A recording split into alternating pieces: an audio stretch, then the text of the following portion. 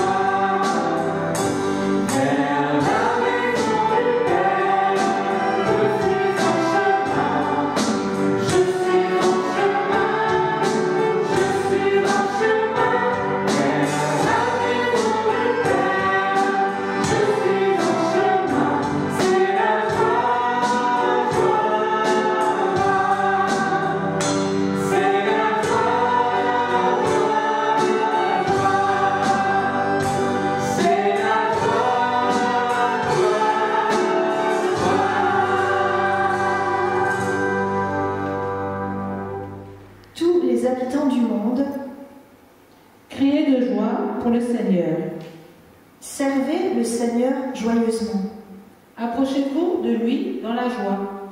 Reconnaissez que le Seigneur est Dieu. C'est lui qui nous a fait et nous sommes à lui. Il est notre berger. Nous sommes son peuple, son troupeau. Entrez dans son temple en lui disant merci. Allez dans les cours du temple en chantant sa louange. Remerciez-le et rendez-lui gloire. Oui, le Seigneur est bon. Son amour est pour toujours. Et de génération en génération, il reste fidèle. Thank you.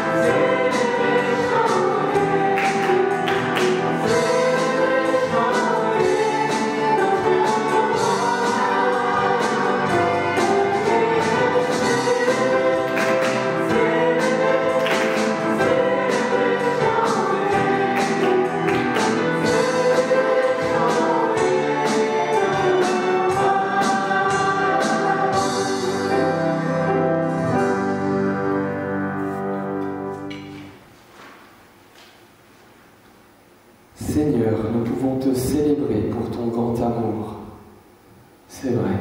Quelle chance, quelle grâce. Les mots nous manquent parfois pour décrire à quel point ton amour est immense. Aide-nous à mieux te comprendre au travers de l'histoire que nous avons racontée. Ouvre nos cœurs et nos oreilles maintenant à ton amour. Amen. L'histoire que nous allons partager aujourd'hui est celle du fils perdu qui a été retrouvé. C'est l'histoire d'un père qui avait 2 fils. Ce père avait des troupeaux et des champs. Le jour où le père décéderait, tous ses biens seraient partagés entre ses 2 fils. Cela s'appelle un héritage. Mais normalement, les enfants ne le reçoivent pas avant le départ des parents. Un jour, le plus jeune fils demanda à son père « Donne-moi ma part d'héritage tout de suite. » Alors le père divisa ses richesses et donna au plus jeune la partie qui lui revenait. Quelques jours plus tard, le fils rassembla toutes ses affaires, ainsi que l'argent qu'il venait de recevoir. Et il partit pour un pays lointain. Là-bas, il gaspilla tout, son argent. Et bientôt, il se retrouva sans rien du tout. Après avoir dépensé tout son argent, le fils se retrouva sans rien et il fut très malheureux. Le seul boulot qu'il trouva était de s'occuper de cochons. Le jeune homme avait tellement faim que même la nourriture des cochons lui paraissait bonne à manger. Il aurait voulu être nourri aussi bien que les cochons, mais personne ne lui donnait à manger. Alors il commença à réfléchir, en se disant que les serviteurs de son père avaient bien du pain à manger, alors que lui, il mourait de faim. Il se dit alors, « Je vais me lever et je vais retourner chez mon père. » Mais alors qu'il était encore loin de la maison, le père le vit, et il ressentit de l'amour et de la compassion pour lui. Alors il se mit à courir pour le prendre dans les bras et pour l'embrasser. Le fils dit à son père, « Père, j'ai péché contre le Dieu et contre toi. Je ne suis plus digne d'être appelé ton fils. » Mais le père ordonna à un de ses esclaves, « Vite, habille-le du meilleur manteau. Mets-lui aussi une bague au doigt et mets-lui de belles chaussures aux pieds. Nous allons préparer un bon repas et faire la fête, car mon fils était perdu et il est maintenant retrouvé. » Alors ils commencèrent à faire la fête tous ensemble. Mais le fils aîné, qui travaillait au champ, revint près de la maison, et il entendit la musique et les danses. Il demanda à un des serviteurs ce qui se passait. Le serviteur lui raconta alors que son jeune frère était revenu et que son père fêtait son retour. Plutôt que de se réjouir du retour de son frère, le fils aîné fut en colère et refusa d'entrer. Le père sortit alors pour lui demander de participer à la fête. Il lui dit de venir. Mais le grand-fils répondit, « Regarde, depuis des années je suis à ton service. Je t'obéis sans que jamais tu m'aies permis de faire une fête avec mes amis. Et maintenant que ton autre fils, qui a gaspillé tout ton argent dans une vie de débauche, arrive, tu lui fais la fête. Il ne comprend pas. Alors le père lui répondit, « Mon fils, tu as toujours été avec moi, et tout ce que j'ai sera à toi un jour. Mais aujourd'hui est un jour de joie, car ton frère était mort, et il est revenu à la vie. Il était perdu, et il est retrouvé. » Cette histoire nous montre l'amour d'un père inconditionnel pour son jeune fils. Le fils est parti loin. Il a fait des mauvais choix, des mauvaises rencontres. Et ses erreurs ne comptent pas pour son père. Elles lui sont pardonnées. Car le père aime son fils d'un amour sans condition. Peu importe ce que le fils peut faire comme erreur, son père l'aime. Et le père est dans une profonde joie de le retrouver. Il court vers lui, il le prend dans ses bras et il l'embrasse. L'amour du père est sans aucun jugement envers son fils. Pourtant, ce jeune fils avait tout chez son père. Il ne manquait de rien, mais il a choisi de s'éloigner et de partir. Il pensait peut-être trouver son bonheur ailleurs. Et lorsqu'il s'est rendu compte de son erreur, il est revenu vers son père en demandant pardon. Le frère aîné, lui, ne se rend pas compte qu'il a tout ce dont il a besoin auprès de son père. Il est même aveuglé par sa jalousie et son égoïsme. Il ne comprend pas que l'amour du père est plus fort que tout pour lui aussi. Cette histoire, c'est une histoire que Jésus a racontée à ses disciples. Il a utilisé cette image du Père pour leur montrer que Dieu qui est dans le ciel prend soin de tous ceux qui viennent à lui. Le Père, dans cette histoire, c'est Dieu. Nous avons tous eu un Père terrestre, ici sur cette terre, qui peut-être pour certains a été présent, a été aimant. Et peut-être que pour d'autres, ils ont eu un père défaillant, un père méchant. Eh bien, sachez que nous avons tous un Père là-haut qui nous aime. Lui, il nous aime énormément, tellement fort, bien plus que nous ne pouvons l'imaginer. Nous avons de l'importance à ses yeux et il nous a promis qu'il sera toujours à nos côtés, même si nous lui avons manqué de respect et même si nous nous sommes éloignés. Nous aurons toujours son pardon si nous revenons à lui avec un cœur sincère. Dieu, en fait, nous laisse libres dans notre vie, de vivre soit avec lui ou de vivre sans lui.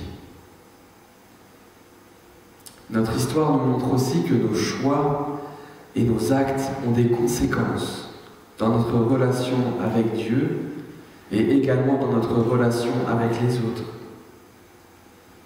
Si je m'éloigne de Dieu, alors il va me manquer quelque chose. Je serai malheureux.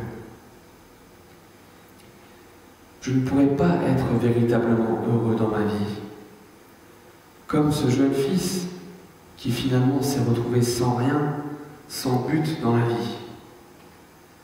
lorsque je suis égoïste, comme ce frère aîné, alors je peux passer à côté de beaux moments de fête, de tous les bienfaits que Dieu veut me donner. Oui, regardons nos vies, regardons ce qu'elles sont, nos journées. Et je pense que dans chaque journée, nous pouvons trouver une chose qui nous montre que Dieu est présent et qui nous fait du bien. Soyons reconnaissants pour ce que nous avons. Cette histoire nous montre enfin que Dieu veut être en relation avec nous, comme un ami. Ce n'est pas un Dieu lointain, mais un Dieu qui veut être notre ami. Lorsque nous nous éloignons, il est triste. Et à chaque fois que nous choisissons de revenir vers lui, il est bouillonnant de joie. Il est rempli de bonheur. Aux yeux de Dieu, notre vie est importante. Alors choisissons d'être avec lui, de le prier, de le chanter, de garder les yeux tournés vers lui, parce qu'il nous aime.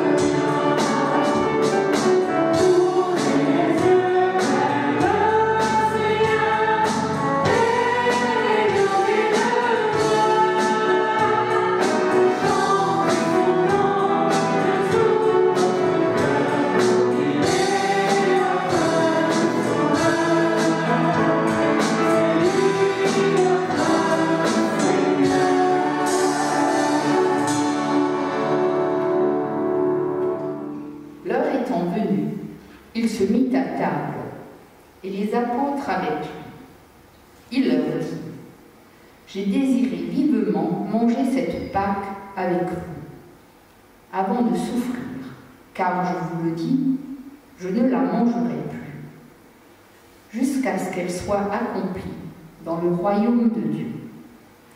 Et ayant pris une coupe, et rendu grâce, il dit : prenez cette coupe et distribuez-la entre vous. Car, je vous le dis, je ne boirai plus désormais du fruit de la vigne, jusqu'à ce que le royaume de Dieu soit venu. Ensuite, il prit du pain, et après avoir rendu grâce, il le rompit, et le leur donna, en disant : ceci est mon corps qui est donné pour vous. Faites ceci en mémoire de moi. Il prit de même la coupe après le souper et la leur donna, en disant : cette coupe est la nouvelle alliance en mon sang qui est répandue pour vous. Pâques, c'est aussi cette nouvelle alliance dont il est question dans ce texte.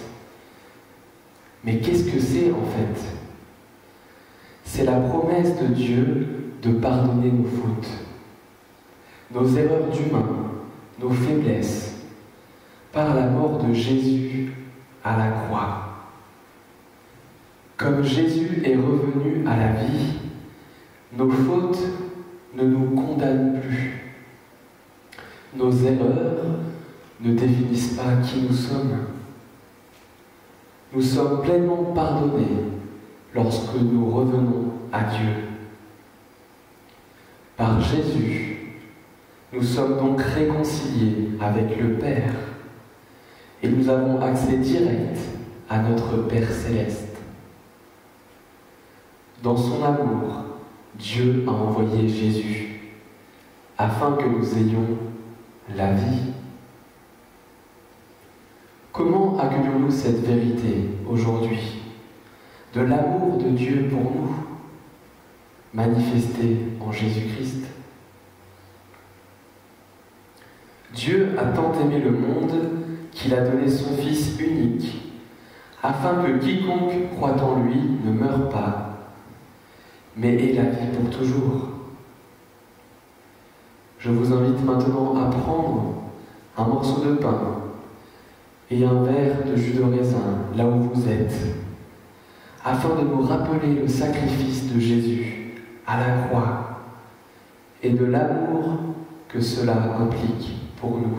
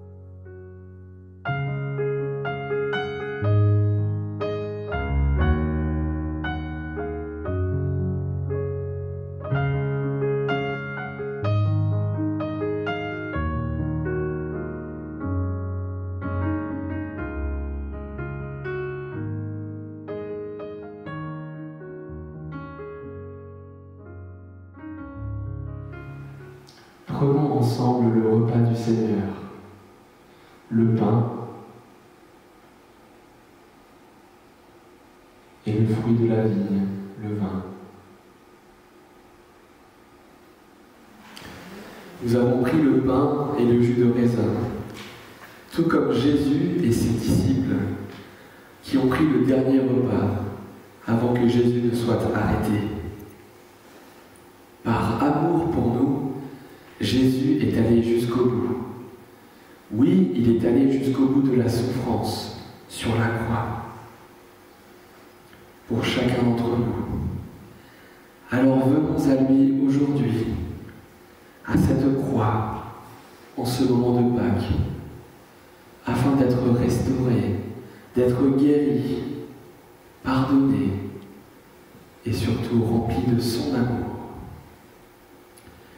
Nous chantons maintenant que c'est en Jésus qu'est notre espoir et que rien ni personne ne peut nous séparer de l'amour de Dieu manifesté en Jésus-Christ.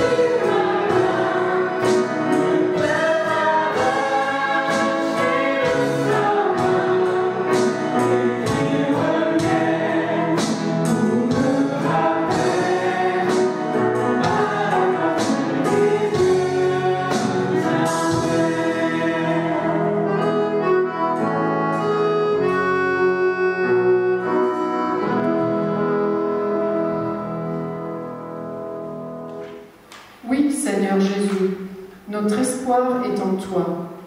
Merci de nous montrer l'amour que Dieu a pour nous. Merci d'être venu sur terre pour mourir sur la croix. Par ta mort, tu prends tout ce qu'il y a de mauvais en moi, Seigneur. Merci parce que tu nous donnes la force et la paix en toute situation.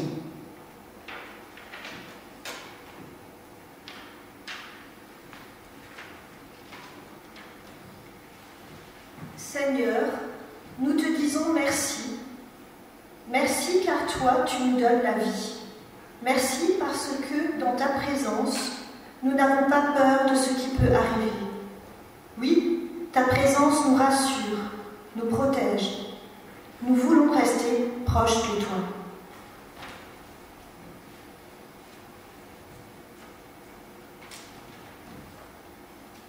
En ce jour de Pâques, nous venons te demander pardon pour toutes nos mauvaises paroles, pour nos mauvaises pensées. Toutes ces mauvaises choses, nous te les laissons au pied de ta croix et nous ne voulons pas les reprendre. Aide-nous à vivre notre vie dans ta présence avec la force de ton amour pour nous.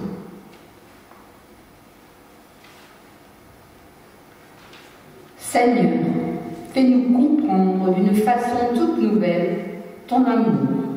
Nous voulons le recevoir, le ressentir. Nous avons besoin de ton amour, Seigneur, toujours plus. Que ton amour soit dans nos cœurs pour y faire une différence. Et dans les moments de doute, Seigneur, rappelle-nous à toi. Oui, Jésus-Christ, nous voulons regarder à toi qui es notre espoir. Tu es celui qui a gagné sur la mort. Tu nous permets d'être en relation avec notre Père céleste, qui nous aime d'un amour infini. Et rien ne peut nous séparer de cet amour.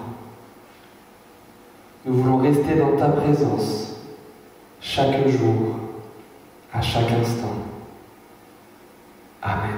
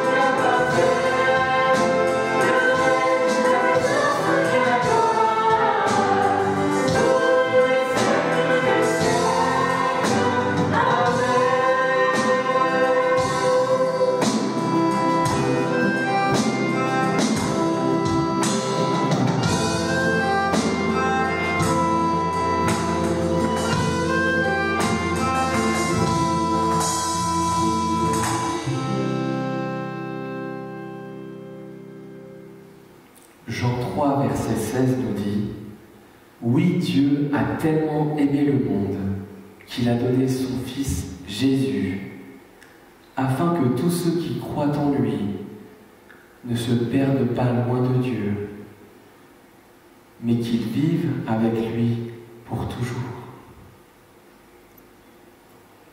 Dieu, le Père d'amour, reste à nos côtés. Il reste avec nous dans tout ce que nous traversons. Il ne lâche pas notre main et il prend soin de nous. Jésus est notre puissant soutien et l'Esprit Saint nous montre la voie. Amen. Amen.